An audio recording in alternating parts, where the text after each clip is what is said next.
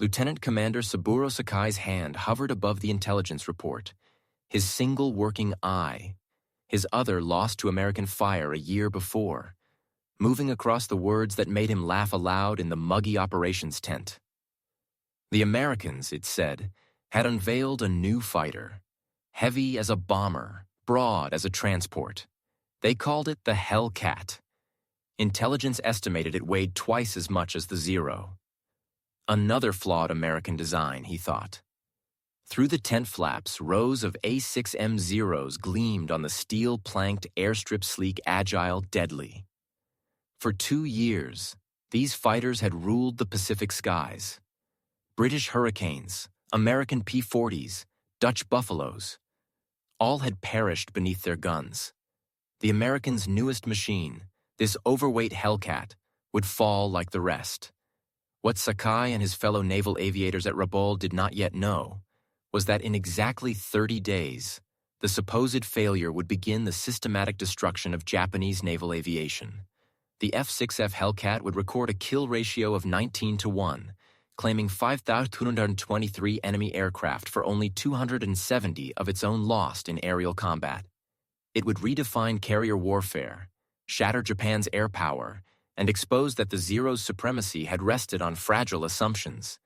The mathematics of air dominance were about to change, written not by elegance or lightness, but by an aircraft that seemed all wrong. Too heavy, too wide, too slow. Within 6 months, the pilots now laughing at the report would be composing their final letters home, knowing that meeting Hellcats meant near certain death. In September 1943, the Imperial Japanese Navy's confidence was not mere arrogance, it was arithmetic. Since December 7, 1941, its aviators had achieved kill ratios beyond belief.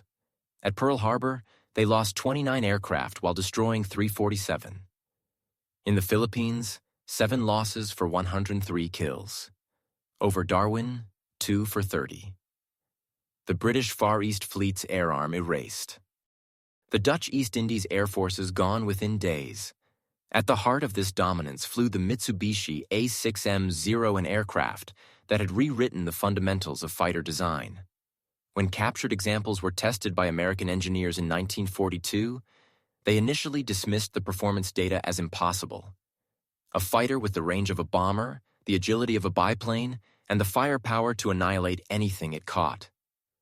Warrant Officer Hiroyoshi Nishizawa, later Japan's ace of aces with 87 confirmed kills, described the Zero in his diary. Flying the Zero is like wearing wings. The aircraft responds not to control input but to thought itself. American planes feel like trucks, strong but clumsy. They build fighters the way they build cars, heavy, wasteful, over-engineered. The Zero's magic came from a revolutionary design philosophy. Using extra superduralumin, a classified aluminum alloy, engineers achieved a structure 30% lighter than comparable American models. No armor shielded the pilot. No self-sealing fuel tanks added weight. Even radios were often removed to save kilograms. Every ounce sacrificed for speed and reach. The intelligence dismissal. Early 1943 brought the first reports of the F6F Hellcat to Japanese intelligence via neutral Swedish intermediaries. The specifications seemed absurd propaganda or deliberate misinformation. Loaded weight, 1,286 pounds. The Zero, 5,800.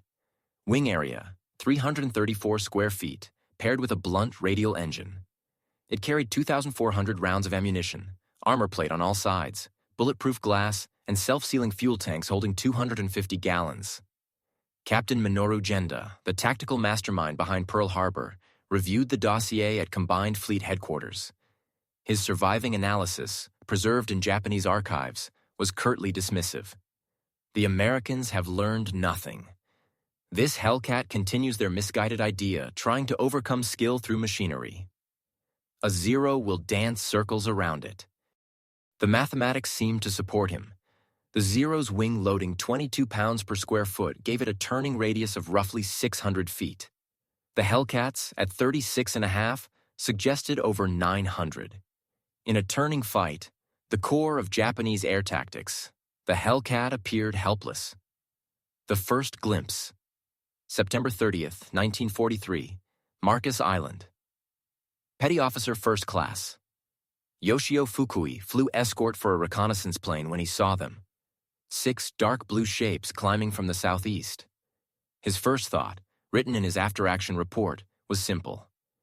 B-25 bombers on an odd heading. Then they turned, and he saw the silhouette single-engine, broad fuselage, wings too short for the body. First contact with a new F6F type fighter, he wrote.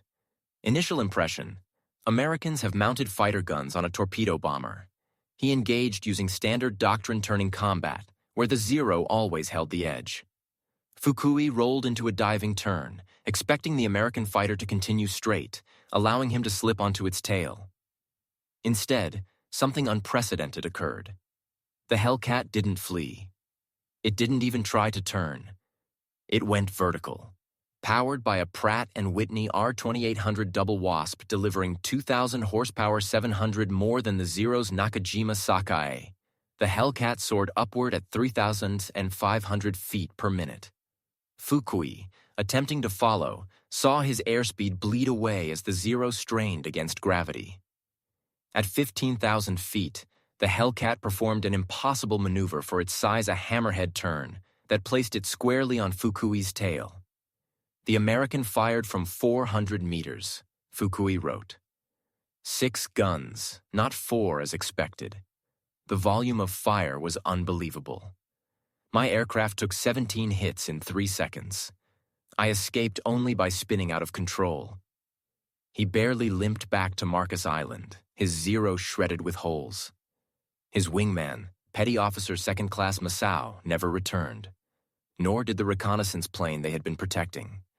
First blood belonged to the Hellcat. The Weight Paradox, October 5, 1943, Wake Island. Task Force 14 launched strikes against Wake Island. Lieutenant Yoshio Shiga led 12 Zeros from the 252nd Air Group to intercept what he thought another hit-and-run raid. American carriers had been launching nuisance attacks for months, rarely staying long enough for Japanese fighters to engage fully. This time was different. We climbed to 20,000 feet, Shiga wrote in his diary. Below, 12 F6Fs in 3 formations. We had the advantage altitude, position, surprise. Victory was certain. The engagement shattered everything Japanese pilots believed about air combat. As the Zeros dove, the Hellcats didn't scatter or break formation. They stayed tight, accelerating in a shallow dive that kept their energy high. When the Zeros fired at long range, hoping for lucky hits, the Hellcats simply absorbed the punishment. The Hellcat's armor, 212 pounds protecting the pilot, 110 around the oil system, and self-sealing tanks allowed it to withstand what would have destroyed a Zero instantly. When the Japanese exhausted their ammunition, the Americans counterattacked. Instead of turning into a dogfight, the Hellcats used their weight as a weapon. Climbing at full power, they reached altitudes where the Zero's engine gasped for oxygen. At 25,000 feet, the Hellcat still produced 1,650 horsepower. The Zero had barely 900. They came down on us like hawks on sparrows, Shiga wrote. Their weight gave them speed we couldn't match. They dived, fired those 6 terrible guns, then climbed away before we could react. 8 Zeros were destroyed that day. Not a single Hellcat was lost. The Marianas Turkey Shoot Prophecy, November 11, 1943, Rabaul. Pilots of the 204th Air Group gathered as Lieutenant Commander Tetsuo Tanemitsu, a veteran with 32 victories, briefed them on American tactics. One of the few to survive multiple encounters with Hellcats, he began bluntly, "Forget everything you know about air combat. The Americans have changed the rules. They no longer fight like warriors, they fight like executioners." He explained what Japan's aviators were slowly, fatally learning. The Hellcat wasn't built to outturn the Zero. It was designed never to need to. Employing a doctrine called energy fighting, Hellcat pilots maintained altitude and speed, trading potential for kinetic energy in slashing, vertical attacks that left Zero pilots helpless. They fight in pairs, Tanamizu warned. One high, one low. Engage one, and the other is already diving on you. Their radios, which we once mocked for adding weight, allow perfect coordination. We fly as lone samurai. They fight as a machine. The technology gulf, early 1944, Truck Lagoon. By the start of 1944, the technological chasm between Japan and the United States had become catastrophic. In 2 years, the Imperial Navy had improved the Zero only marginally. Meanwhile, Grumman's factories on Long Island were turning out 400 Hellcats every month, each refined by lessons from combat.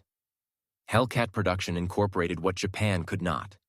Combat data from every engagement instantly analyzed and sent back to designers. The U.S. Navy's Bureau of Aeronautics had engineers stationed on every major carrier. When pilots returned from missions, their debriefs translated directly into mechanical improvements. New sights, reinforced wings, armor adjustments, radio upgrades. Japan's aircraft industry, fragmented across dozens of facilities and starved of aluminum, was frozen in 1942. Pilots flew aircraft designed before Pearl Harbor against machines that evolved monthly. The Hellcat's construction symbolized industrial might. Its frame used no exotic alloys, no secret metals, just abundant, easily produced steel and aluminum. Where the Zero's lightweight skin dented under a mechanic's hand, the Hellcat's fuselage could take cannon hits and remain airborne. The aircraft's ruggedness meant that nearly 90% of Hellcats damaged in combat were repaired and returned to service. At Truk, Japan's largest forward base, engineers examined wreckage from shot-down F6Fs. They were stunned. One mechanic noted in his logbook, "The armor is thicker than on our bombers.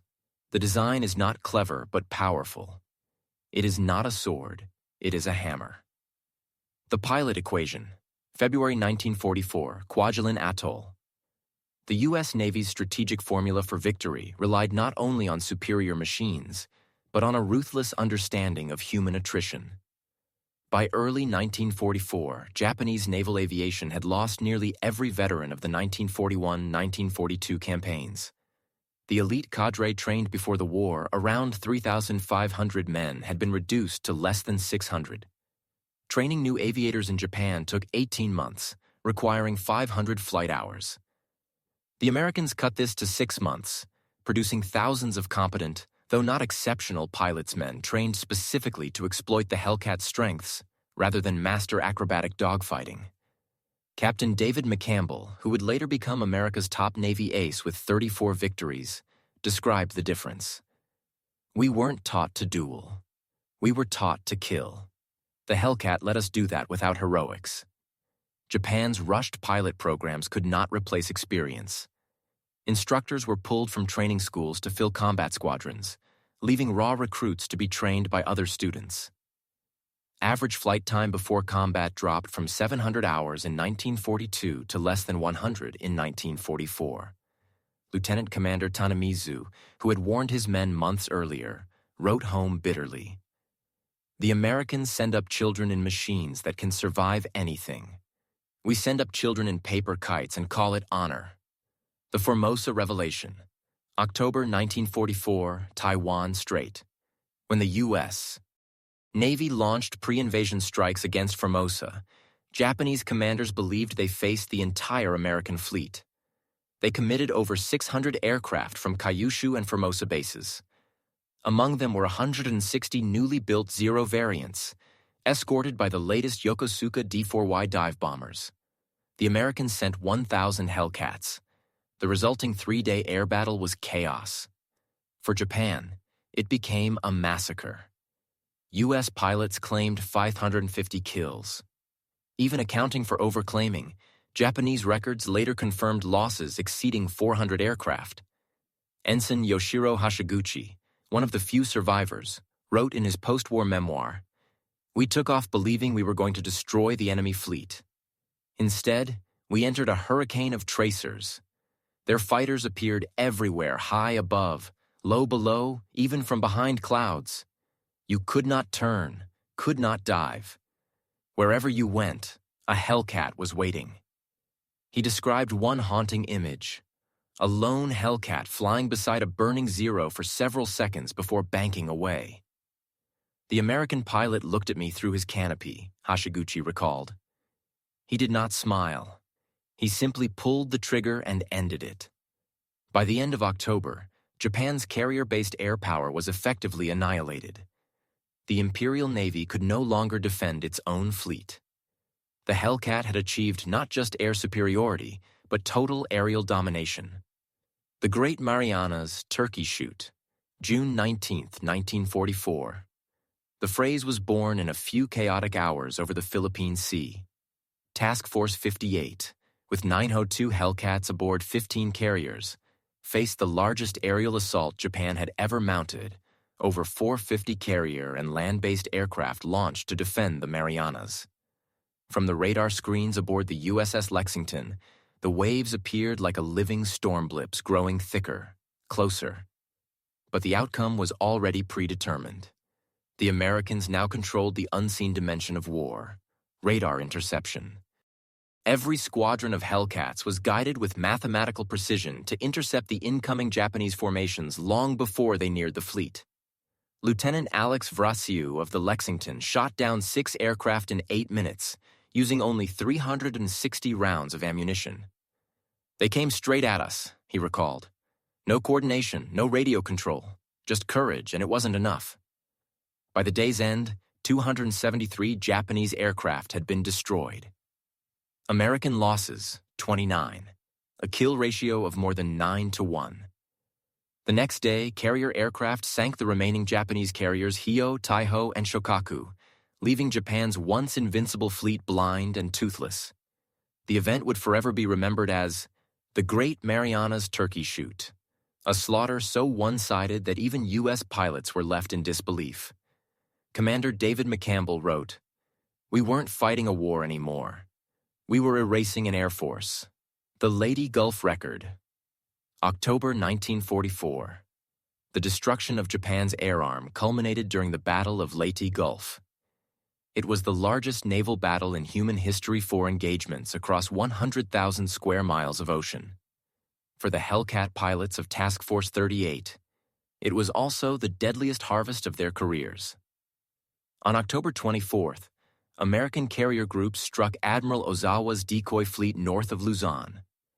In a single day, Hellcats destroyed 270 aircraft, including nearly all the surviving veteran Japanese pilots. Among those lost was Lieutenant Commander Tanamizu, the same officer who had once warned his men that the Americans fought like executioners. His aircraft was last seen spiraling into the sea, its fuel tank aflame. Captain McCampbell, flying from the Essex, achieved a record that still stands.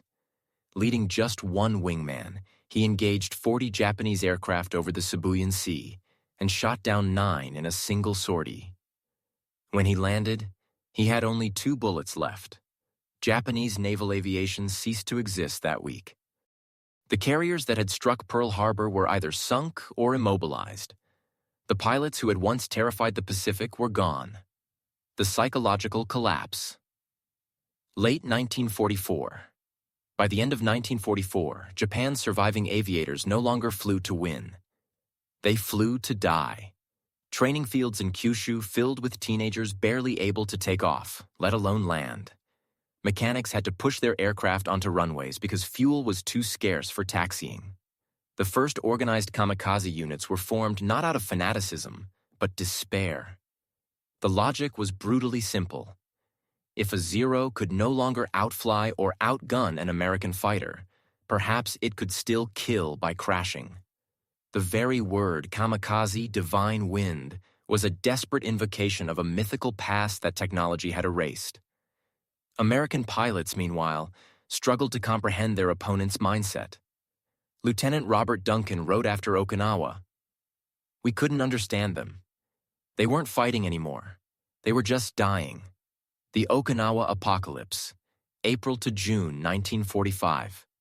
Okinawa was Japan's final air battle and the ultimate proof of how far the balance had shifted. More than 1,500 kamikaze sorties were launched against the Allied fleet. The Hellcat, by then replaced in part by the faster F4U Corsair, still flew most of the defensive patrols. Every morning, waves of Japanese aircraft appeared on radar. Every day, Hellcats rose to meet them. The defenders called it the meat grinder. The sky itself seemed filled with smoke, tracers, and falling wrecks. During those 3 months, U.S. Navy pilots claimed 1,900 kills, most of them kamikazes at the cost of fewer than 100 Hellcats. But victory came with a different kind of horror. Pilots watched, again and again, as enemy aircraft turned into living bombs, diving into destroyers and carriers. Commander Philip Torrey wrote, "After a while, you stop cheering. You just shoot because you must. Every plane you miss kills a ship, maybe friends. You can't think of the pilot anymore as human." By June 1945, Japan's skies were silent. The Empire had lost 35,000 aircraft. The Hellcat had accounted for nearly a third of them. The Technology Chasm, 1945. By the war's final months, the technological gulf between Japan and the United States was beyond measure. The Zero, once a marvel of innovation, had become a relic. Against radar-guided Hellcats armed with gyroscopic gun sights, self-sealing tanks, and cockpit armor, it was as obsolete as a sword in the age of artillery. Japan's engineers knew it. Attempts to modernize the Zero, the A6M8 variant with a 1,560 horsepower Kinsey engine, came too late. Shortages of aluminum, fuel, and trained pilots made any technical progress meaningless. In contrast, the United States introduced new aircraft faster than Japan could test them. By VJ Day, the Hellcat was already being replaced by jet prototypes like the FH-1 Phantom. Grumman's wartime motto had been, "Build them faster than the enemy can shoot them down." By 1945, it was literal truth. Hellcat number 12,275 rolled off the line in November after the war had already ended. The human cost. For all its statistics, the 19-1 kill ratio, the thousands of victories, the Hellcat's legacy is written not only in numbers, but in the quiet testimonies of the men who fought on both sides. Lieutenant Commander Saburo Sakai, who had once laughed at the first intelligence report about the Hellcat, survived the war. He lost an eye, half his squadron, and his faith in the righteousness of Japan's cause. In his post-war memoir, he wrote, "We thought we were gods in the sky. The Hellcat taught us we were only men." American ace Eugene Valencia, who scored 23 kills, later reflected, "We didn't win because we were braver. We won because we had learned faster." The Hellcat was forgiveness in metal. It forgave our mistakes and punished theirs. Every advantage the Hellcat possessed, armor, power, radios, tactics, was born from lessons paid for in blood by those who flew before. The Wildcat pilots of 1942, outmatched and outgunned, had provided the data that saved their successors. The final testimonies. After the surrender, surviving Japanese engineers were invited to inspect captured Hellcats. 1. Dr. Jiro Horikoshi. The man who had designed the Zero ran his hand across the thick steel plate behind the cockpit and whispered, "We could never have built this." His remark was not about metallurgy, but philosophy. The Zero had embodied purity, speed, agility, grace. The Hellcat embodied endurance, strength, adaptability, survival. It was a weapon designed not for glory, but for victory.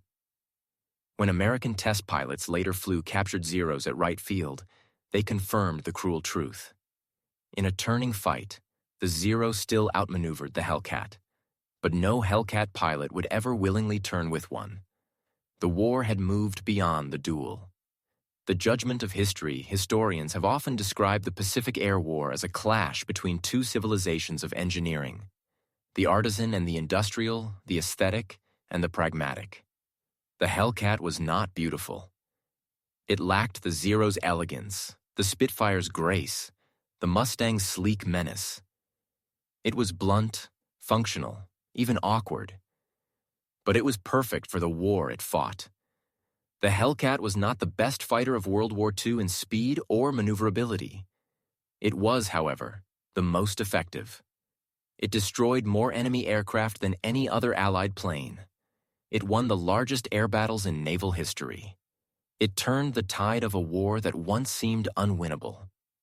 Its success was not merely technological but systemic, a reflection of an industrial culture that valued reliability over mystique, coordination over individualism, and adaptation over pride. The last word. In 1978, at a reunion of surviving Japanese and American aviators in Tokyo, a journalist asked Saburo Sakai what he thought of the Hellcat now. He paused for a long time before answering. "The Hellcat," he said, "was the Zero's shadow. Everything we believed was right about air combat, it proved wrong. But I respect it. It did what it was built to do, and it never failed its pilots. I wish I could say the same for ours." He raised his glass. Across the table, American ace Alex Frakayu, his former enemy, raised his own. For a brief moment, the war between them vanished. The F6F Hellcat had not just won the Pacific. It had rewritten the meaning of air superiority forever.